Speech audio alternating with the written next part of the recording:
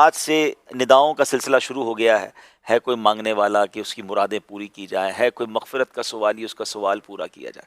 تو ہم جیسے گناہ گاروں کی تو بن آئی ہے نا، نفل کا ثواب فرض کے برابر، فرض کا ثواب 70 گنا، ہر سجدے پر 1500 نیکیاں، ہر سجدے پر سرخ یاقوت کا گھر جنت میں دیا جائے گا، روزہ دار کا سونا عبادت، اس کی سانس، اس کی جو منہ سے بو آئے گی افطار سے پہلے وہ مشک سے بڑھ کر ہے، اور افطار کے وقت روزانہ 10 لاکھ گناہ گاروں کی بخشش، یعنی ہر لمحہ ہی برکت بھرا ہے، ہر لمحہ ہی رحمت بھرا ہے۔ ہم اللہ کا پہلے تو شکر ادا کرتے ہیں کہ ہمیں ایک بار پھر جیتے جی رمضان عطا کیا، اور اب یہ التجا کرتے ہیں کہ پورا رمضان ایسی ہمت دے، صحت دے کہ پورا رمضان ہم پورے روزے رکھیں، پوری تراویح پڑھیں اور اچھے طریقے سے اس رمضان کو گزاریں۔ میں کچھ دیر پہلے سن بھی رہا تھا آپ کا پروگرام، بڑی اہم بات ناظرین یہ بھی ہے کہ ہمیں اس مہینے میں نیکیاں تو کرنی ہی کرنی ہیں، مگر اس مہینے میں گناہ سے لازمی بچنا ہے۔ یہ بات بہت ضروری ہے سمجھنا کہ جب کسی چیز کی قدر و منزلت زیادہ ہوتی ہے نا، تو پھر اس کی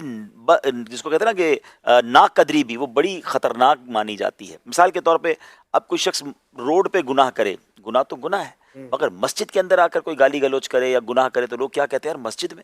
کوئی پاکستان میں یا اپنے وطن میں گناہ کرے غلط ہے، لیکن اگر کوئی مکہ پاک میں جا کے گناہ کرے، حدود حرم میں کرے، تو وہاں ایک گناہ 1 لاکھ کے برابر ہو جاتا ہے، ایک نیکی بھی 1 لاکھ کے برابر۔ بالکل اسی طرح رمضان میں تو ہماری بخشش کا سامان کر دیا گیا نا، شیطان کو بند کر دیا گیا، اجر بڑھا دیے گئے۔ اب رمضان میں بھی گناہ کرے کوئی، یعنی بظاہر تو گناہ کی کوئی جگہ بنتی نہیں ہے، اینیمی آف ہمارا جو دشمن ہے بہکانے والا، اسے بند کر دیا گیا، ہر بندہ عبادت کر رہا ہے، اور ایسے ماحول میں بھی تم گناہ کر رہے ہو۔ اب پھر پنشمنٹ بھی بہت زیادہ ہے، روایتوں میں آتا ہے جو ماہ رمضان میں ایک گناہ کرے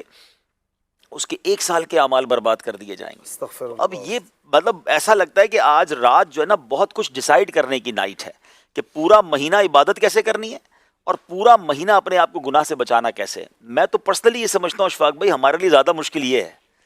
نیکیاں کرنا تو سب کر رہے ہوتے ہیں نا، کچھ نہ کچھ ہو جاتی ہیں، گناہ سے بچنا جو ہے نا یہ زیادہ ڈیفیکلٹ ہے اس مہینے میں، کیونکہ جن کی عادتیں بنی ہوئی ہیں،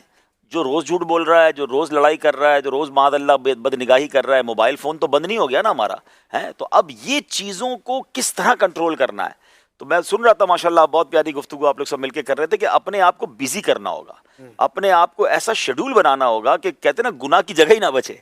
بری دوستوں سے بچنا ہوگا، بری صحبتوں سے بچنا ہوگا۔ تو بس اللہ سے یہی دعا ہے کہ یہ رمضان پورا گناہوں سے پاک گزرے اور ایسا گزرے کہ گناہوں کی عادتیں ہی ختم ہو۔